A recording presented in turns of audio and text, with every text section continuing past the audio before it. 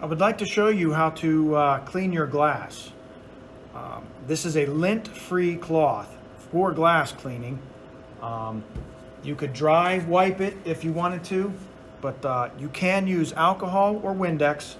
I always spray the rag. I never spray on the machine. So you just want to spray a little bit on the rag, and you can wipe up and down or side to side, whatever direction. I would just go the same direction, whichever way you want to go, and clean it off. This one obviously wasn't that dirty.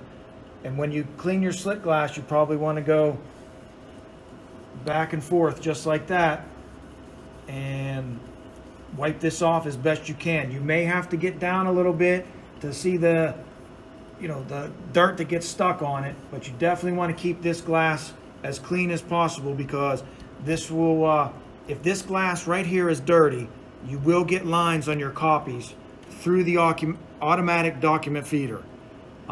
This is the ADF. So if you're using the ADF and you get lines, you may want to check this glass right here and keep it as clean as possible. So always keep your glass spick and span.